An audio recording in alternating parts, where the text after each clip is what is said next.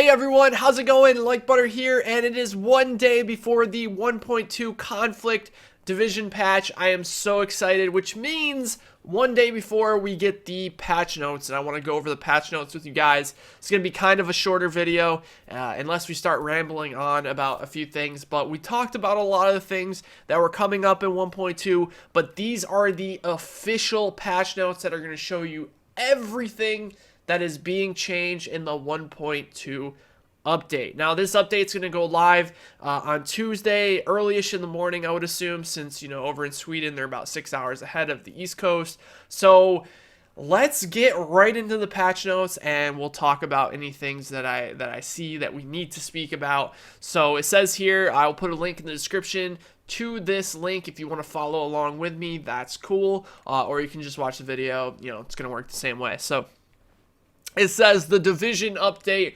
1.2 Conflict Patch Notes. Now, this was updated at 6:31 p.m., and that was obviously over in Sweden. So this is like 1:31 on the eastern coast. So, new incursion, Clear Sky. Clear Sky is a new incursion mission available in Columbus Circle, which is at the northwest part of the map. You guys will see it there. You must be level 30, which is obvious. We know that. The encounter is balanced for a team of 4 players outfitted with high-level gear.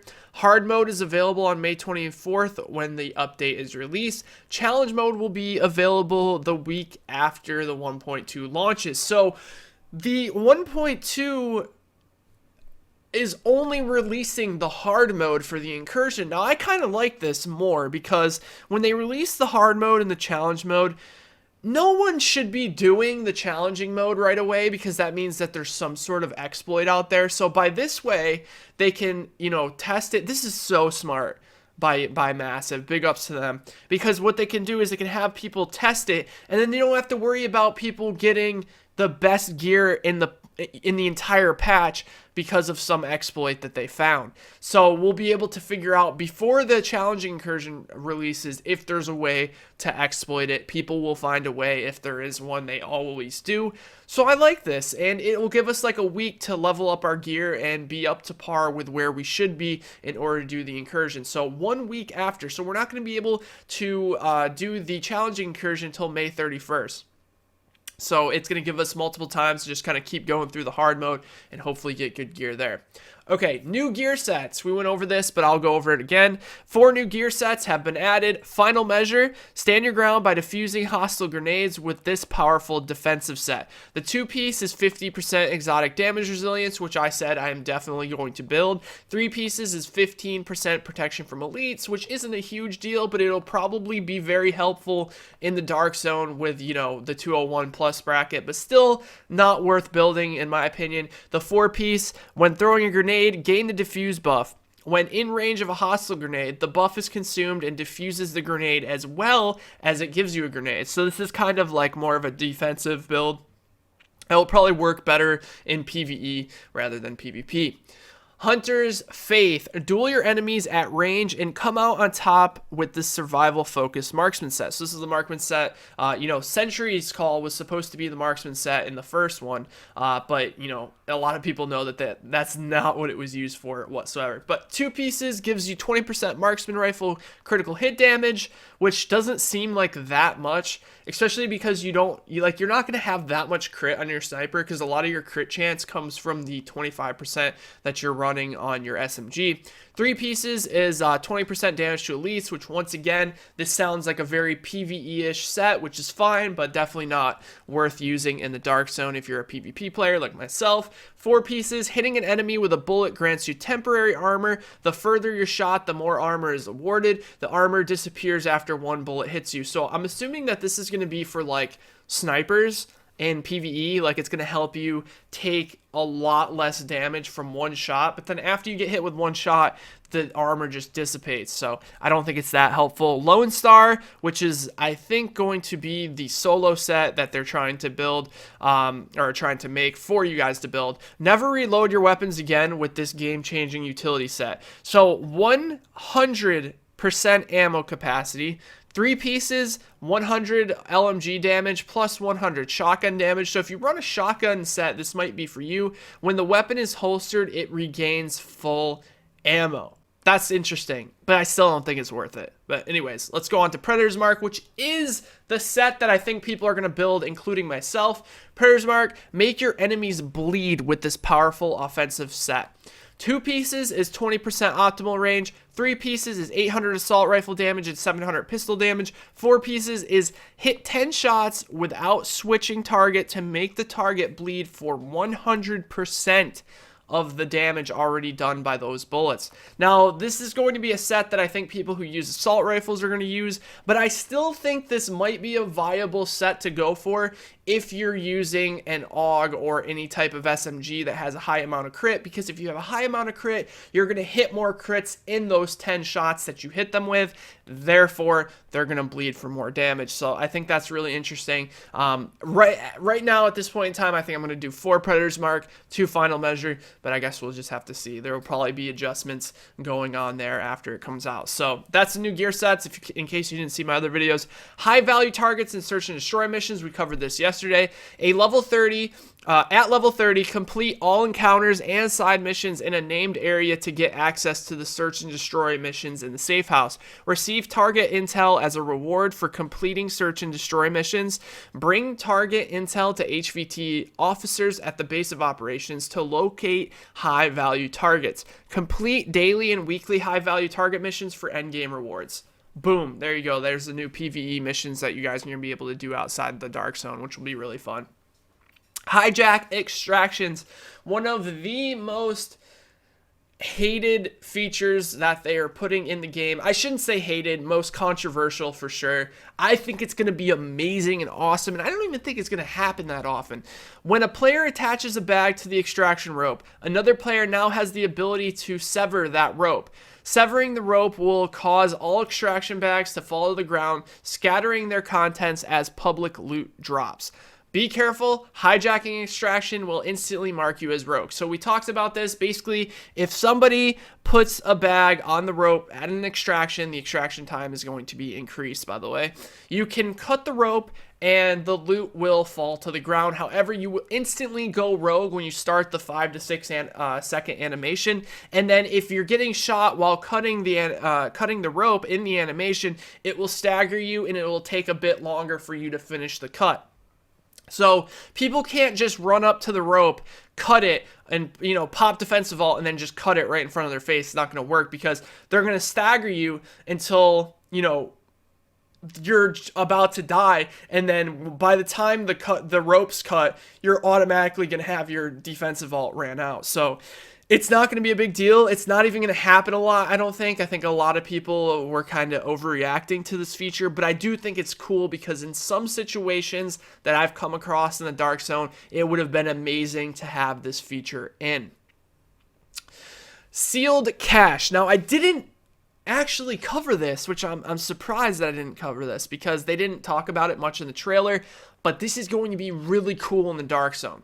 So a sealed cache, named and elite enemies in the Dark Zone can now drop sealed caches that contain mystery items. Sealed caches need to be extracted before they can be opened, just like regular loot drops. There are 4 qualities of sealed cache: specialized, superior, high-end, and gear set. So specialized being blue, superior being purples, high-end being golds, and gear sets being the dark green color. So what's going to happen is in the Dark Zone, you might be able to get a box or a crate that drops from an enemy instead of a high-end, loot drop like it usually is. And in that box, you may get something good. However, you have to extract that box. It reminds me of the engrams from Destiny, even though you didn't have to extract those. You know how you would get like a legendary engram, and then you would have a chance at getting like a legendary item, but I think they changed it so that every time you get it, it's a legendary item. Same thing, so you're gonna kind of get these crates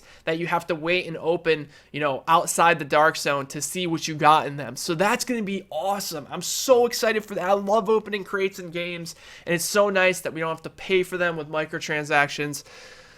Whew. That was a lot of talking right there, but that's going to be really, really fun. You're going to see people like fighting over like caches. You may see, you may kill a player and then you may see a cache drop and you can just know that there might be something amazing in that cache. So going to be Awesome. So super excited for that. Okay, player stash and dark zone checkpoints. We talked about this in a previous video. Basically, they're going to be putting stashes in the dark zone checkpoints so that when you are clearing your stash, you don't have to go all the way back to the base of operations. You can run to a checkpoint in the dark zone and just break down your gear there if you want, or trade your gear. That way, if you extract something that one of your friends wanted, you don't need to worry about going all the way to a checkpoint, dropping it for them, running all the way back to the extraction point and extracting it. This way you can run right to the checkpoint, you can take it out of your stash, and you can just drop it for them right there in the dark zone. So that's going to be cool. And obviously, since you're dropping it in the dark, like in the checkpoint, you know, they're not going to have to go extract it again. It's going to be super convenient. I'm so excited for that. It's going to make it so much faster to go clear your stash, which I clear about 4 to 5 times a day. So the Isaac assignments, which I don't think I covered as well. The Isaac assignment is a new assignment type included in the map overview. The Isaac assignment will be available to players at level 30. Every week, a new Isaac assignment will be available to the player. The Isaac assignment will reward players with exclusive vanity items. So it's just more stuff to do, which is amazing. These are the things that are going to make this game have longevity, just stuff to do. So in general, the general tab here, it says added a new high-end named weapon. Okay, so these are the high-end named weapons that they added to the game. The Hungry Hog, which is an M60 light machine gun. We saw that in the trailer. It's kind of got like a gold clip on it and a gold plating on the side. The Centuron, which is the M1911 pistol.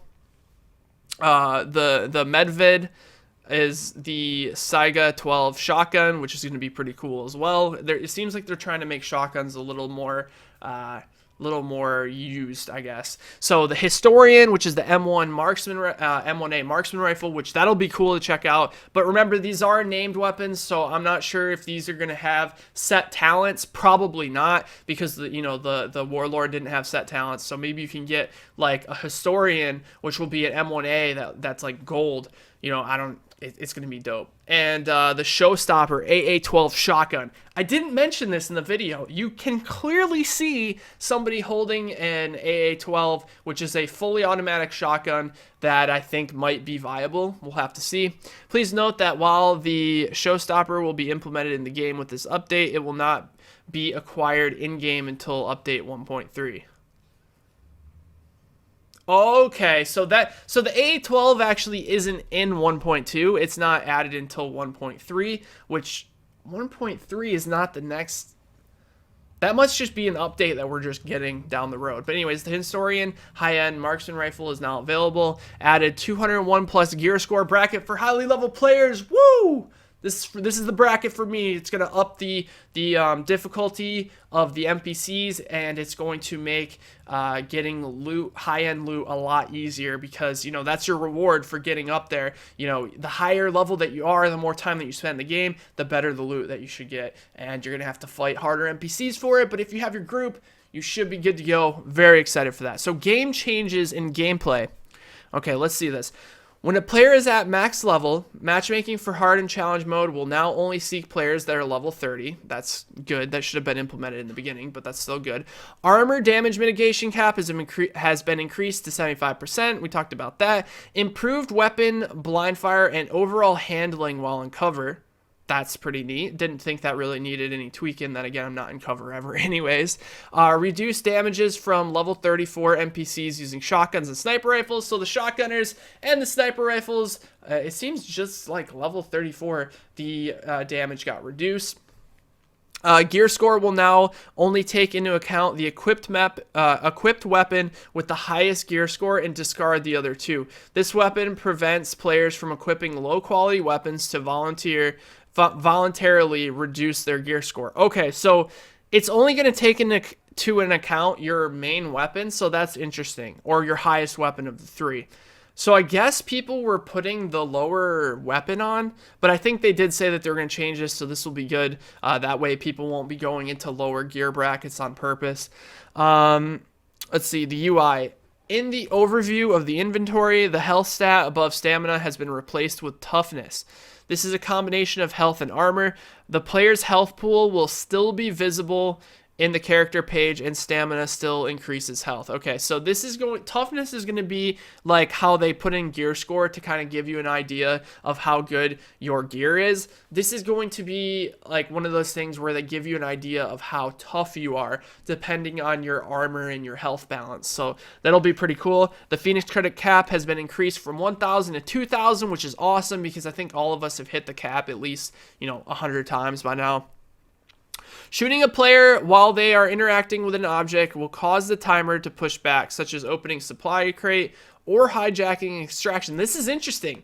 This is going to make it not only for the hijacking, but for when people go up to a crate and just pop alt and just start like collecting the alt while the defensive alt is popped. Now you can shoot them and stagger, that move, that animation. So that's going to be really cool. It's going to increase the timer, and that way it'll give it time for the defensive alt to run off. So that's awesome. Players now have their voice chat indicator in game UIs to see their own VoIP works. That's good. So when you talk now in game, it's going to show you a little icon to let you know that it's that your mic's working. The special gear vendor has been renamed special equipment vendor. Interesting. Okay, so items. The Sentry's Call 4-piece talent will now only apply to semi-automatic weapons, pistols, shotguns, and marksman rifles. We knew about this. This is a big Sentry nerf that we made a big deal about.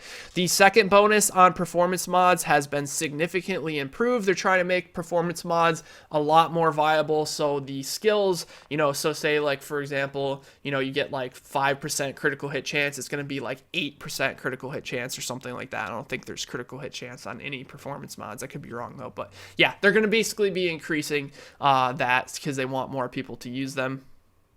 Dark Zone, the extraction departure timer, once the helicopter has arrived, has been increased to 60 seconds.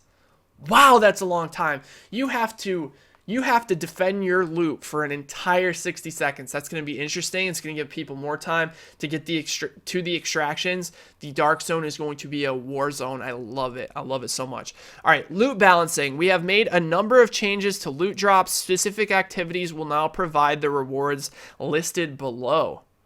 Okay, hard mode boss drop.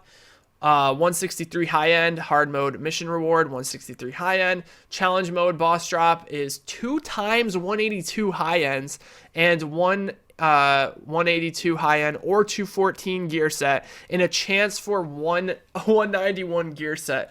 Oh my god, so they even buffed the challenge mode. So when you kill a boss at the end of one of the challenging modes, you're going to be able to get 2 182 high ends, that's automatic, and then a chance at either a 214 gear set or a 182 high end, and a chance for a 191 gear set. So you have a chance to get a lot of stuff. Challenge mode, mission award, 182 high end. Falcon Lost / Clear Sky. Hard mode, you have you'll get 1204 end weapon. 1204 end weapon. End weapon.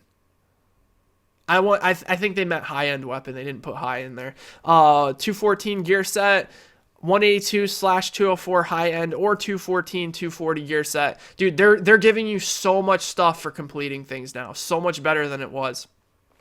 The weekly reward is going to be 1204 high-end weapon and 214 gear set. So they're just buffing the amount of stuff that you get for completing things.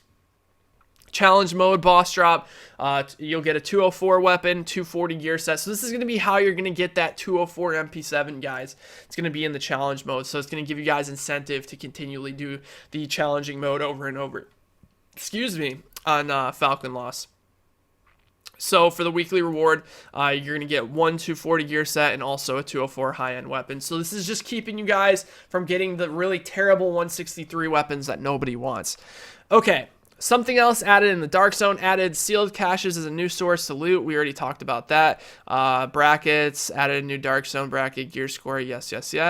Okay, so, this is showing the drops. I was a bit confused at first. Okay, so in brackets from 160 and 161 and up, name bosses will now have a chance to drop a high-end or gear set sealed caches. If it drops, it will replace the guaranteed high-end item. Elite NPCs now have a chance to drop a superior sealed cache. Oh, yes! That's awesome! So, it's not like you're always getting loot from like named enemies. Like right now in the Dark Zone, you have to kill a named boss in order to get anything worth even picking up. And now they're going to have it so that, you know, the elite NPCs can drop the superior sealed cache. That's really hard to say for some reason. Which superior is the purple, so they're going to be able to drop the purple boxes, and that's going to be cool because there'll be like reasons to pick things up from NPCs that aren't you know, the named elites. Named NPC level 30, DZ01 and 02 is going to drop 163s or 191s. The level 31s is going to be 163 or a 182 or a 191 or a 214. So the 31s can also drop level 30s. I didn't think they were going to do that, but it looks like they are. And then the named NPC level 32s and DZ05 and DZ06 can drop 163 or 182, 204 high end or... Okay, so I'm trying to figure out, does this mean that it's going to drop one of each? Huh. I don't know. Maybe it's just like you have a chance at hitting one. Because I thought what they were going to do, they said this in the last patch, is that if you killed a level 32 named boss, you were supposed to get a level 32 item. I don't know. I guess we'll have to see. I don't know if it means that that you have a chance at getting any of those. Like, that's what I'm assuming it means. Yeah, because it would say and. But anyways, all right. At least we're going to have a chance at getting 204 gear in the Dark Zone now, which wasn't possible before. Okay, in the new Dark Zone bracket, here we go. This is the 200 plus bracket. This is going to be the loot. Okay, supply drops will contain one high-end item, gear score 182. So it's always going to have a gold in the supply drops now, guys. No more 2 purples. It's going to have a 204. And okay, so if you get it, all right, I read it now. I get it. Okay, so if you get a supply drop in DZO 1 to 4, it's gonna have a guaranteed 182 item, and if you get one in DZO 5 or DZO 6, it's gonna have a guaranteed 204. So it's gonna give you incentive, and there's gonna be more people fighting for the supply drops that are up north. Before, the supply drops really didn't have any value, whether you went down south or went up north to get them, and it would make sense that the ones that you went up north to get were a little bit harder to get to because there's higher leveled enemies. Now you're going to be rewarded for that risk.